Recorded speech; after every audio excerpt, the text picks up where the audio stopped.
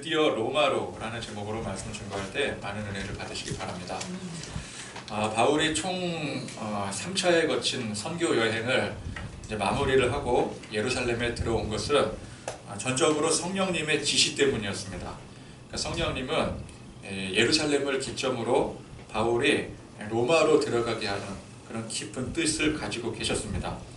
로마는 여러분 잘 아시다시피 그 당시 세계 중심지였죠. 그러니까 바울을 통한 성령님의 이 복음 전파 사역은 이 최종 로마에까지, 즉 로마를 중심으로 이 복음의 세계화에 대한 그런 꿈을 꾸게 하시고 또 이를 성취하게 하시는 것입니다. 물론 바울 한 사람을 통해서 로마가 변화되는 것은 아니에요. 그러나 이게 시작이 되는 것이죠. 그 시초가 되는 것입니다. 로마에 들어갔다라는 그 자체가 이미 이제 복음이 들어간다는 뜻이 되지 않겠습니까? 장차 바울 대에는 이루어지지 않더라도 그 꿈을 가질 때 그 꿈을 하나님께서, 성령님께서는 반드시 이루어 주신다는 것이죠. 그 의미에서 이제 바울을 로마로 들어가게 하시는 것입니다. 바울의 인생 목표가 무엇입니까? 젊었을 때는 출세가 목표였습니다. 돈, 명예, 이건 누구나 갖는 꿈과 비전 아니겠습니까? 그것은 바울도 마찬가지였습니다. 그래서 그는 누구보다 열심히 살았습니다. 그래서 젊은 나이였지만 그 꿈을 거의 이루었습니다. 그런데 그 과정에 바울은 예수님을 만나게 됐죠. 예수님을 만난 그 자리에서 예수님께 큰 책망을 듣고 눈이 어두워졌습니다. 눈이 어두워졌다는 게 무슨 뜻이겠습니까? 지금까지 보았던 모든 것들, 세상 것들, 이제 그거를 이제는 그만 봐라, 그 뜻이겠죠. 눈을 가리는 거예요. 그래서 이제 새로운 눈, 영적인 눈을 떠서 지금까지 보지 못했던 새로운 것들을 다시 바라보고 살아라, 그 뜻이었습니다.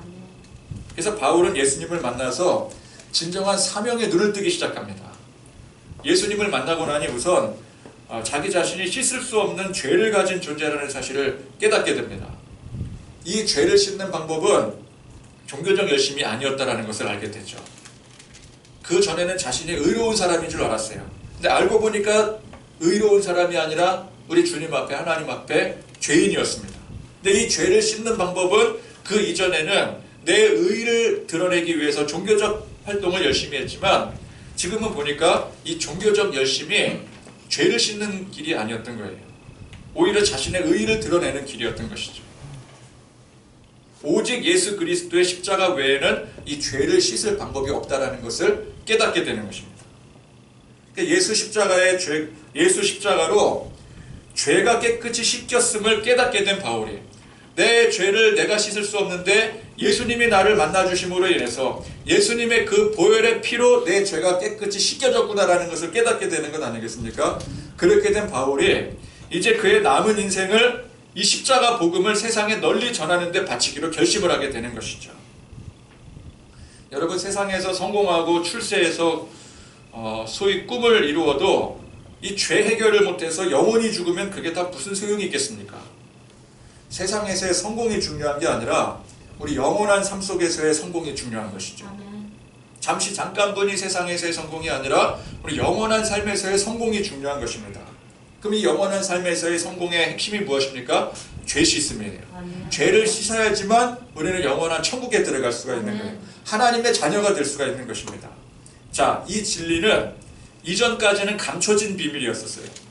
그러나 예수님께서 성육신을 하시고 이 십자가를 지심으로 이 죄사함의 권세를 행하시고 나서부터는 누구에게나 열린 지식이 되었습니다. 그럼 이제 중요한 게 무엇입니까? 이 십자가의 열린 지식을 바탕으로 영혼의 죄사함, 구원을 얻게 되고 그리고 아직도 이 열린 지식을 알지 못하는 사람들에게 널리 전파하는 거죠. 이전에는 이 지식이 닫혀진 지식이었기 때문에, 열려있는 지식이 아니었기 때문에 전파하지 않아도 상관이 없어요. 전파할 수가 없었어요. 왜? 열려있지 않으니까. 그러나 이제는 이 지식이 열려있기 때문에 세상 끝까지, 땅 끝까지 유대인뿐만 아니라 예루살렘과 사마리아 땅 끝까지 이르러서 모든 사람들에게 이 진리를 널리 전파해야 되는 것입니다. 내가 이 진리를 알지 못했다면 여전히 나는 세상 꿈을 이루며 살아가겠지만 이제 예수님을 만났잖아요. 예수님을 만나서 이 진리를 알게 되지 않았겠습니까? 그런데 어떻게 예전의 삶으로 다시 돌아갈 수 있겠습니까? 아직도 이 진리를 알지 못해서 그 바울 자신이 과거에 그랬던 것처럼 헛된 욕망을 쫓아 살아가는 사람들을 외면할 수가 있겠습니까? 이게 몰랐으면 모르겠지만 아는데 그럴 수가 없는 거예요. 안 이상 그럴 수가 없는 것입니다. 여러분, 우리도 다 바울처럼 우리 여러분들 각자 인생의 어떤 시점에서 예수님을 만났고 죄사함의 은총을 입었습니다. 확실합니까? 맞죠? 아직 나는 예수님을 만난 적이 없는데요, 앞으로 만날 건데요, 그러신 분이 있으면은 빨리 만나시기를 바랍니다. 그렇지 않고서는 우리는 이미 예수님을 만났고, 우리가 신앙생활 한다는 게 뭐예요? 예수님을 만나려고 신앙생활하는 게 아니라 예수님과 교제하고 동행하는 게 신앙생활이잖아요. 그러니까 우리는 이미 예수님을 만났어요. 죄사함의 은총을 입었습니다. 그렇다라고 하는 것은 우리도 다 옛사람 시절이 있었다라는 거죠. 우리의 옛사람도 옛 바울처럼 세상의 꿈을 쫓아 살던 사람이었다라는 뜻입니다. 예전에는 다 그랬어요. 그랬던 우리가 이제는 영원한 하나님의 나라를 꿈꾸며 사는 존재가 되었습니다. 여러분, 하나님의 자녀가 무슨 의미입니까? 하나님의 자녀와 세상의 자녀와 다른 점이 뭐예요? 이 꿈이 다른 겁니다. 인생 목표가 바뀌는 거예요. 구원받은 하나님의 자녀의 꿈, 인생의 목표가 뭐예요? 십자가 증인의 사명인 것입니다. 천국 가는 게 아니에요. 제가 누차 강조하지만 우리는 천국에 가기 위해서 신앙생활 열심히 하는 게 아닙니다. 예수님을 만나서 죄사함을 받은 순간부터 우리는 하나님의 자녀가 되었고, 이는 곧 천국 백성의 증표가 되는 거예요. 그러니까 천국 백성의 증표는 내가 만들어가는 게 아닙니다. 예수님이 주시는 거예요. 십자가 보혈의 증표가 곧 천국 증표인 거예요. 십자가는 내가 지는 게 아니라 예수님께서 이미 지신 것입니다. 그러니까 증표는 이미 우리에게 주신 거예요. 그거를 우리가 애써 얻으려고 노력할 필요가 없는 거예요. 예수님을 영접한 순간, 예수님이 나를 만나주신 순간 그 증표가 이미 우리 안에 있는 겁니다. 하나님의 자녀가 된 것이죠. 하나님의 자녀가 되었다라는 게 그 천국 백성의 증표가 되는 거예요. 우리가 아버지의 자녀가 됐다라는 거, 아버지의 모든 것이 나의 소유가 되는 거잖아요. 법적으로, 상속이라는 법적으로 따졌을 때, 여러분, 아버지의 자녀가 되는 거 내가 선택해서 됩니까? 태어나는 거 내가 마음대로 선택해서 나는 대한민국에서 태어나고 싶어, 혹은 미국이 좋은 나라니까 미국에서 태어나고 싶어. 아니야, 유럽이 좋아, 스위스가 좋아. 그래서 선택해서 태어날 수 있는 게 아니잖아요. 우리는 태어나고 보니까 우리 아버지의 자녀가 된 거예요. 이미 상속자가 된 거예요. 그거는 누가 바꿀 수가 없는 거죠. 내가 선택할 수 있는 것도 아니에요. 이미 나면서부터 얻은 증표인 것입니다. 그러니까 우리가 거듭났잖아요. 예수님을 만나서 거듭났잖아요. 이미 그 증표를 내가 받은 거예요. 그럼 바꿀 수가 없는 거죠. 이미 천국 백성이 되었기 때문에, 그래서 천국 가는 거는 더 이상 우리에게 목표가 될 수가 없는 거죠. 제가 누차 강조하는 이유는 무엇입니까? 강조를 함에도 불구하고 잘 와닿지 않는 사람들이 분명히 있기 때문에 그래요. 이걸 빨리 받아들이셔야 돼요. 손해예요, 안 그러면. 여러분, 우리 인생을, 남은 인생을 사명을 위해서 집중을 해야지 천국 가려고 집중하면 되겠습니까? 이미 천국 백성이 되었는데 그건 헛된 집중이죠. 내가 가진 게 있는데 가진 거를 몰라서 그걸 가지려고 노력하는 그런 세상 천지 바보가 어디 있어요? 내 통장 안에 1억이 있어요. 근데 나는 그 1억이 있는 줄을 몰라. 보여주는데도 아니래. 그리고 뭘 하려고 살아요? 그 1억을 모으려고 살아. 그런 바보가 세상에 어디 있어요? 그러니까 여러분, 우리 남은 인생은 천국 가기 위한 인생이 아니에요. 사명 감당하기 위한 인생이에요. 천국 백성답게 살아가기 위한 인생이에요. 이거를 아무리 설명을 해도 뭐 여기는 뭐 어떠신지는 모르겠지만 많은 교회들을 보면은 그렇게 설명을 해도 이해를 못 하시는 분들이 더러 있더라고요. 이거는 제일 첫 번째로 강조해야 될 일이에요. 우선순위예요. 왜? 내가 천국 백성으로서 하나님의 자녀로서의 그 인지를 갖는 것보다 중요한 게 우선순위가 없기 때문에 그래요.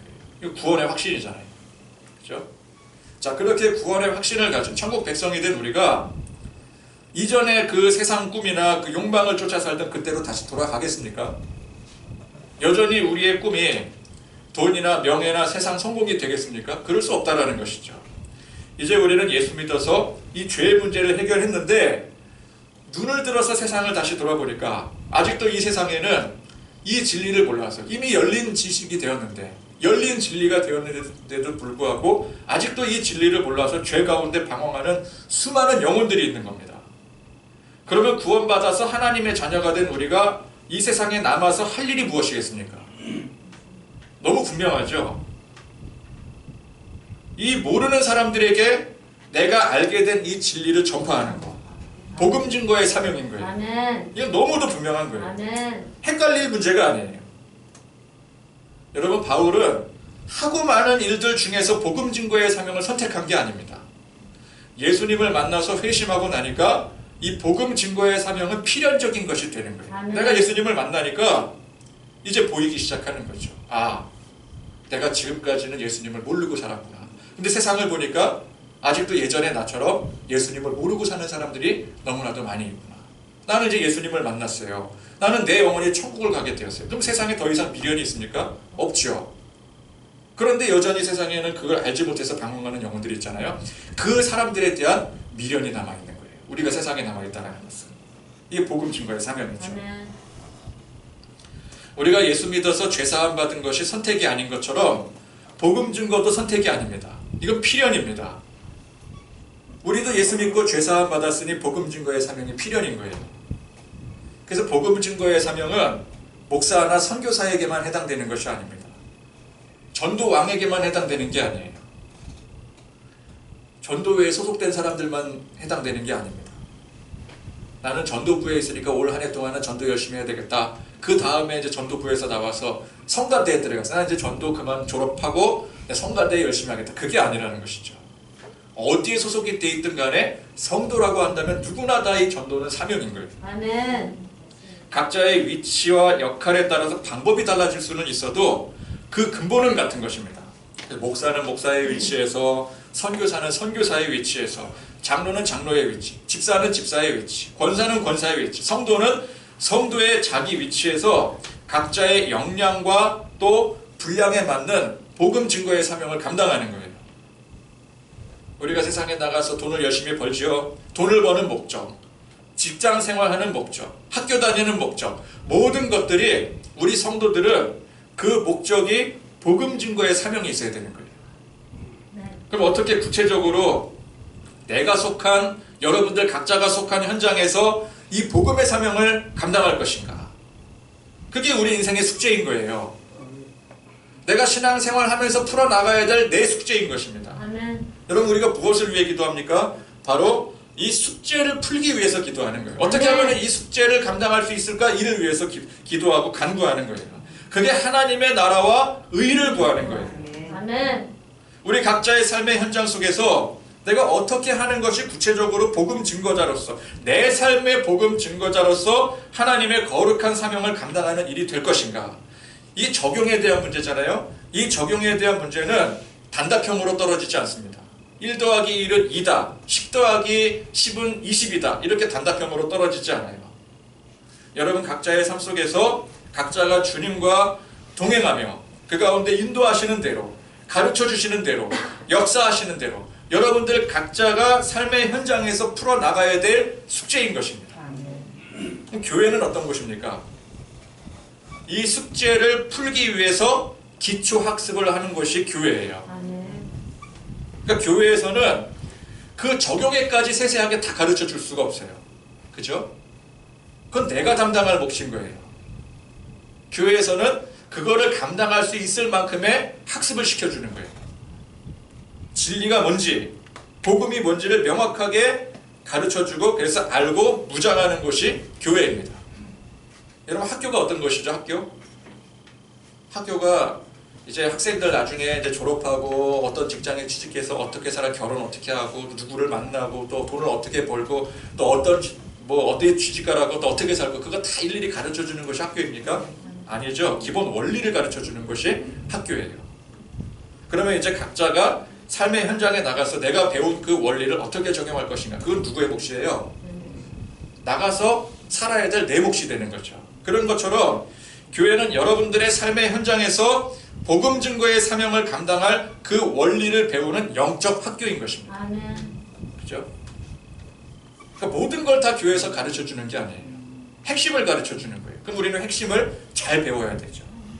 그럼 신학교는 또 어떤 것입니까? 마찬가지죠. 교회 현장에 대한 원리를 가르쳐주는, 목회자에게 원리를 가르쳐주는, 그러니까 신학의 본질을 가르쳐주는 것이 신학교예요. 어떤 사람들은 그래요. 요즘 신학교가 교회 현장에서 뭐 여러 가지 막 사역들 벌어지고 그러는 것에 대해서 하나도 가르쳐주지 않는다.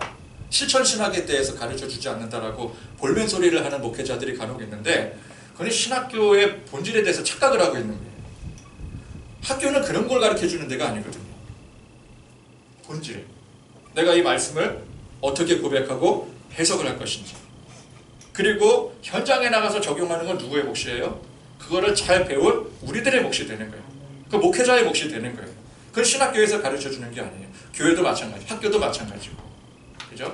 우리가 신앙 근본 교육을 잘 받고 주님과 동행하는 방법을 배우고 기도하는 방법을 배우고, 그래서 여러분들 각자의 현장에 나가서 실제로 적용하는 거는 누구의 몫이에요? 여러분들 각자의 몫인 거예요.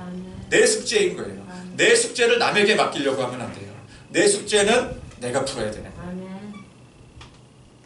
자, 그래서 바울이 기도하는 방법이 있었고요. 그 가운데 성령님의 음성을 듣는 방법이 있었습니다. 그건 누가 터득한 거예요? 누가 가르쳐줬어요? 바울이 성령님과 동행해 가면서 경험을 통해서 스스로 터득해 가는 거죠. 그래서 적용의 삶으로서 성령님이 이끄시는 대로 각 지역에 들어가서 열심히 복음을 전하고, 그거 누가 그러라고 시켰습니까?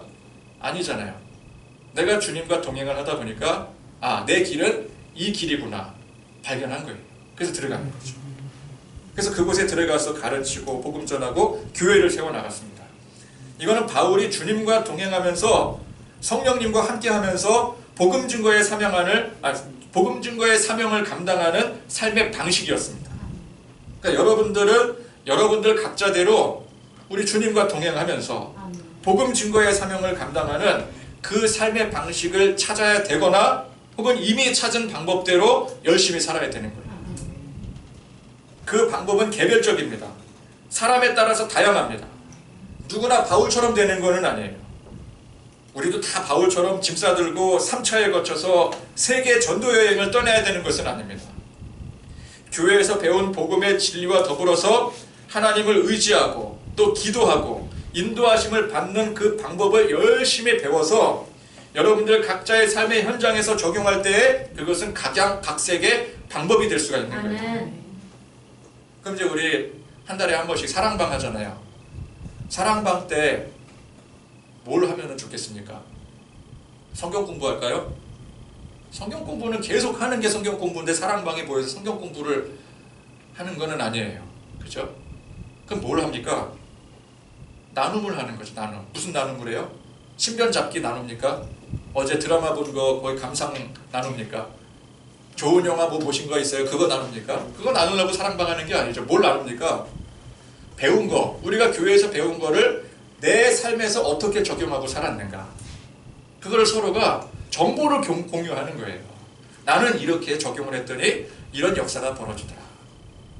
나는 하루하루의 삶에 직장 생활에서 혹은 가정에서 하나님 앞에 배운 대로 기도한 대로 예배 드린 대로 그렇게 살아보니까 이렇게 하나님께서 역사하시더라. 그거를 이제 공유를 하는 거죠. 그럼 이제 한 사람이 오픈을 하면은 그 다른 사람은 나는 이런 식으로 적용하며 살았어. 그럼 그게 공유가 되면서 서로 또 학습이 되는 거잖아요. 저 사람은 또 저렇게 적용을 하고 은혜를 받고 살아가는구나. 나만 그렇게 사는 게 아니구나. 또 나만 힘든 게 아니구나. 다 힘든 거구나.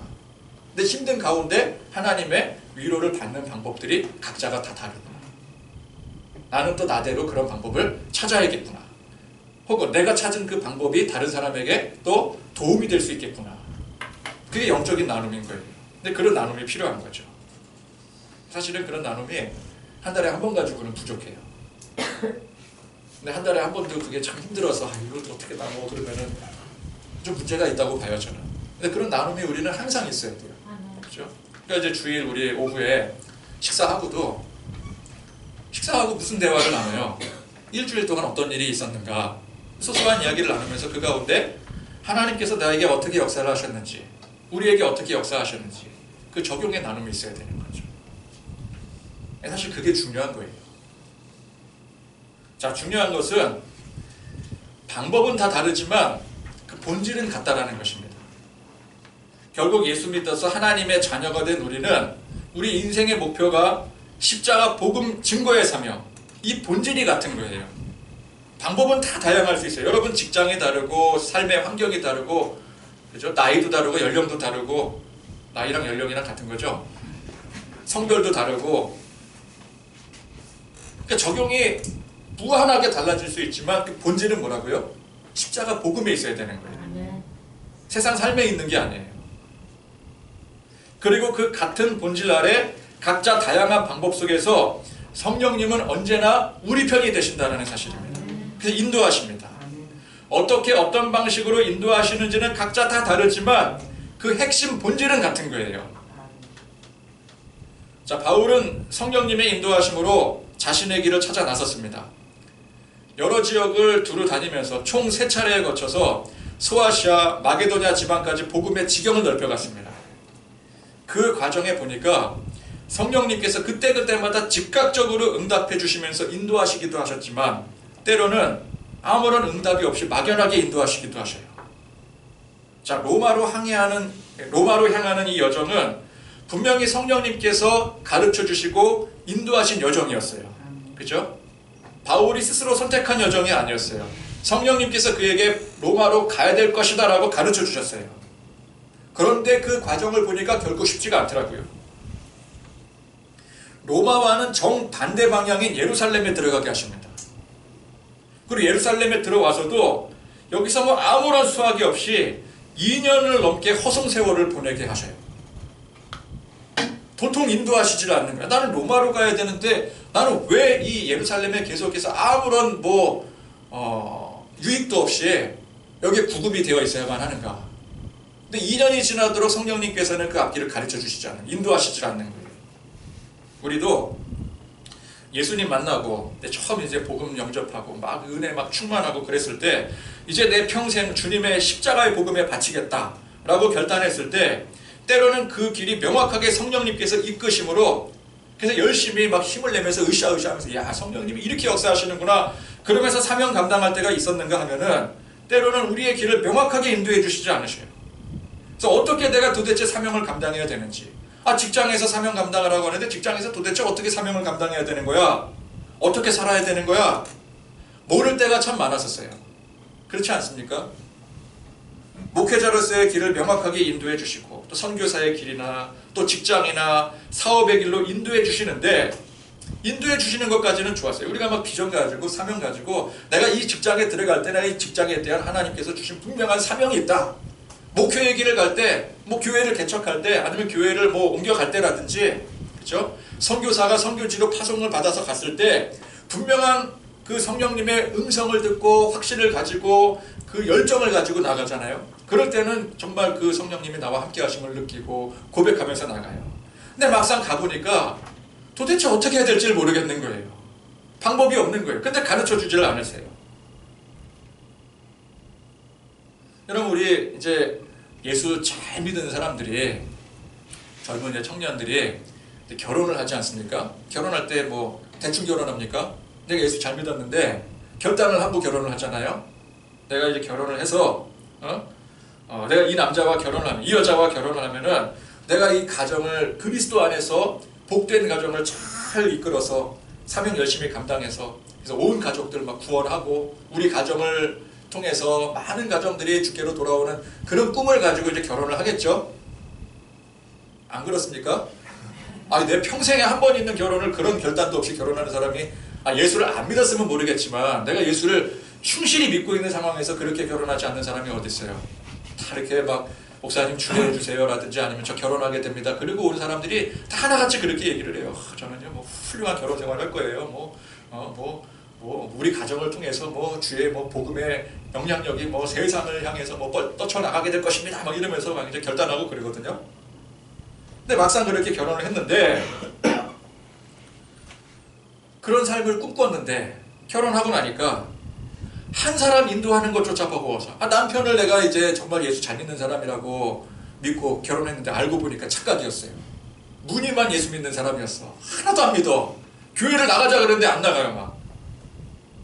그러니까 그 한 사람 변화시키는 것도 그것도 힘겨워서 평생 기도 제목이 되고, 직장에 호기롭게 취직을 해서 야 이곳이 이제 내가 복음의 현장이 돼서 내가 이 직장 모든 사람들에게 영향을 주는 내가 그런 사람이 되리라 작정을 했는데, 어느덧 돌아보니까 하루하루 그저 돈 벌기에 빠듯한 삶을 살고 있고, 내가 있는 곳이 복음의 현장이라고 거창하게 고백을 했으나 현실은 전혀 동떨어진 삶을 사는 것에 대한 그런 괴리감이 들곤 하지 않습니까? 그러나 중요한 것은 그럼에도 불구하고 우리는 이 꿈, 무슨 꿈이요? 내가 밟는 현장이 곧 거룩한 복음 사명의 현장이 되어서 그 가운데 사명 감당하리라는 이 꿈. 아멘. 비록 내 가정에 내 남편이 혹은 내 자녀가 혹은 시부모가 아직도 예수를 믿지 않아서 눈치 보면서 교회 다녀야 되는 그 현실에 있고, 직장에서 옆에 있는 동료에게 한마디 복음도 전하지 못하는 그런 실정에 있더라도 우리는 우리 삶의 현장에서의 이 복음 사명의 꿈을 잃지 말아야 되는 거예요. 아멘. 꿈을 잃으면 그 순간부터 성령님은 역사하시지 않습니다. 그러나 우리가 꿈을 꾸는 한 성령님은 언제나 반드시 그 꿈을 이루시는 거예요. 아멘. 그 꿈을 꾸는 게 중요합니다. 아멘. 근데 이 꿈이 순전히 내 세상적인 개인적 욕망을 이루기 위한 개꿈이 아닌 이상, 여러분 내 욕망을 이루려고 하는 꿈은 개꿈이에요. 그런 개꿈이 아닌 이상 십자가 복음의 사명을 위한 꿈이라면 반드시 이루어지게 돼요. 아멘. 하나님이 이루어 가십니다. 중요한 건 뭐예요? 그 꿈을 누가 이루어갑니까? 내가 이루어갑니까? 내가 이루어가는 게 아니에요.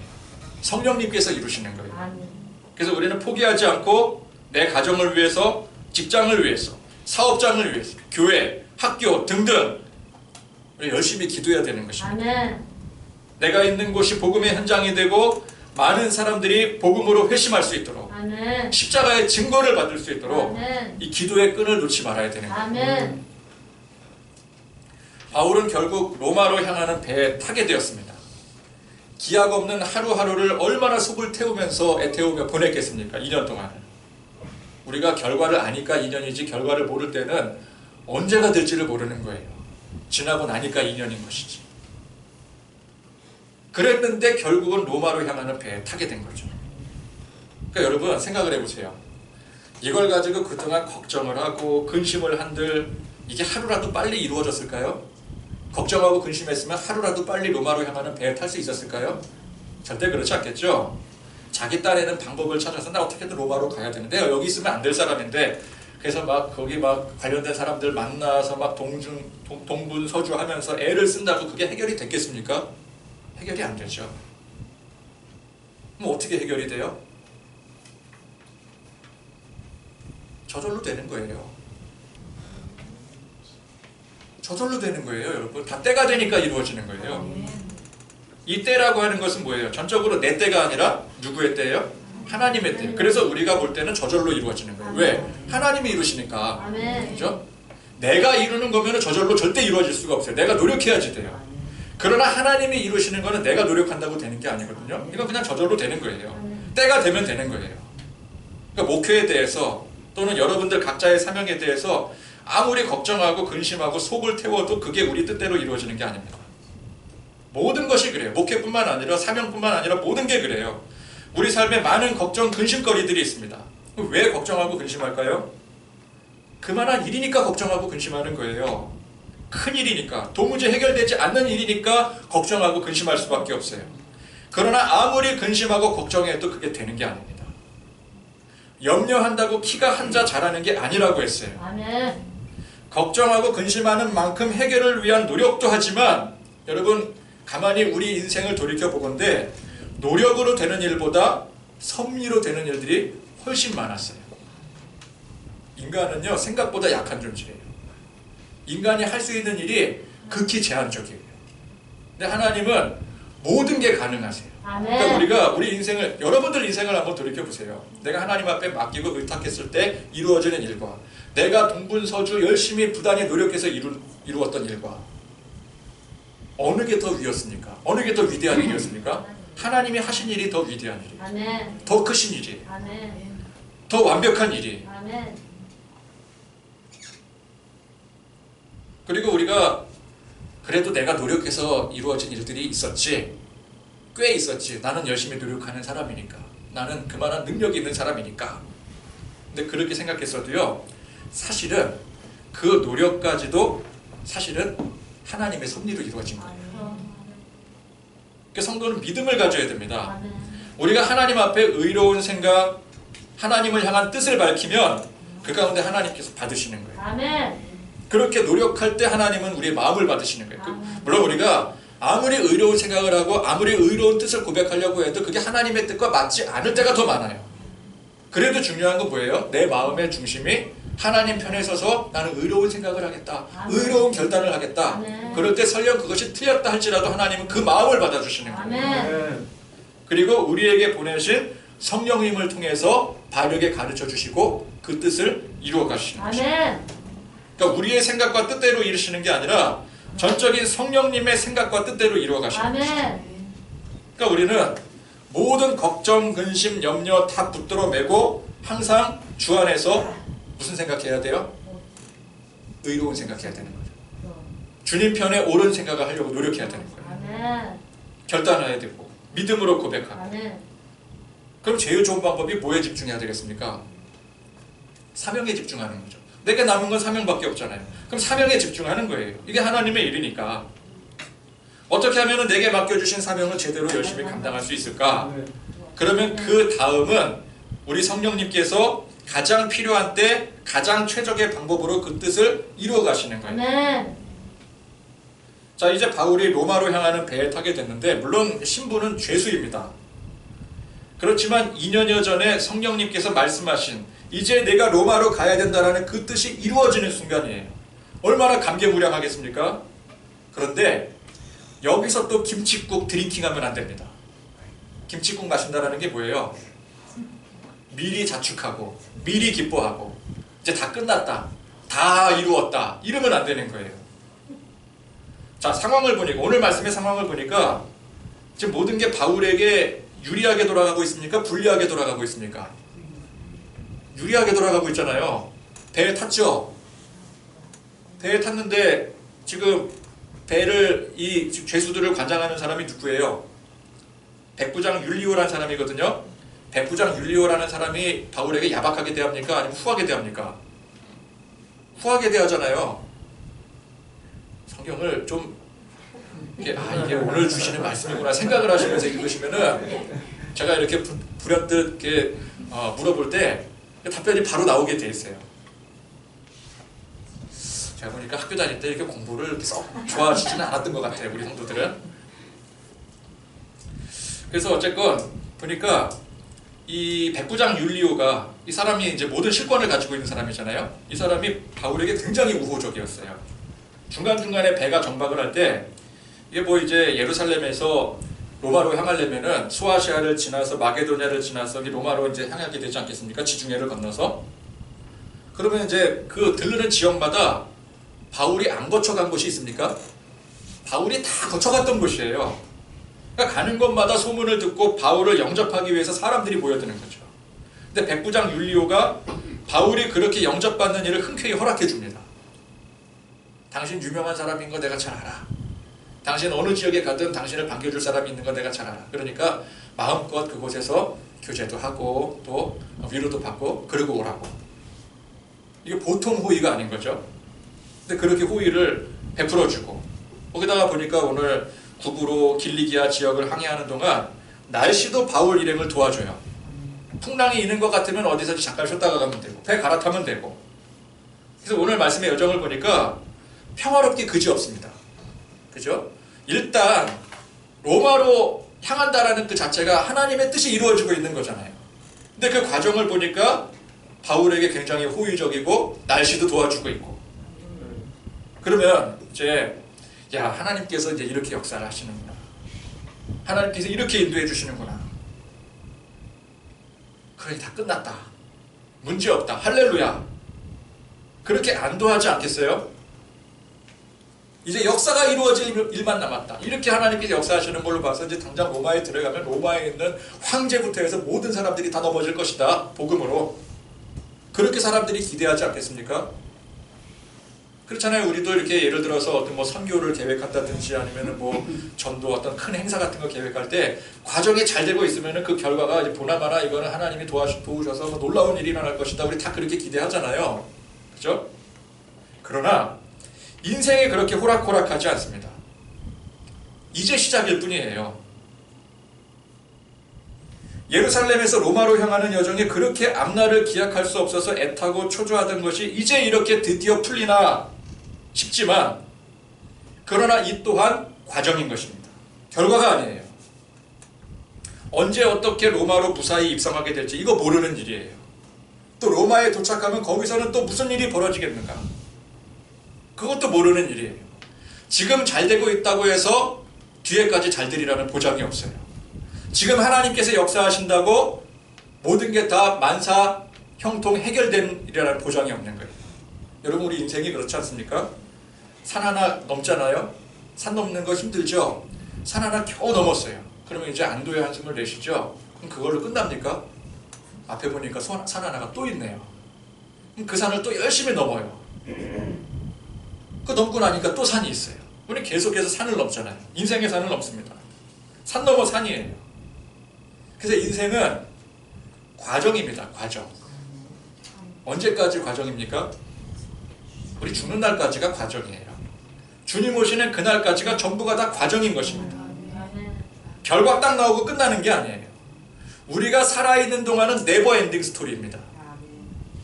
우리는 과정을 살아가기 때문에 우선 앞서 말씀드린 것처럼 우리 앞의 일에 대한 걱정, 근심, 염려할 필요가 없어요. 왜?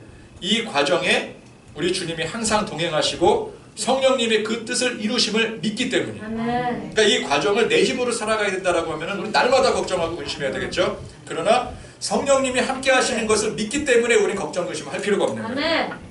또 필요 이상의 안심과 확신을 가질 필요도 없습니다. 왜? 결과가 아니기 때문에.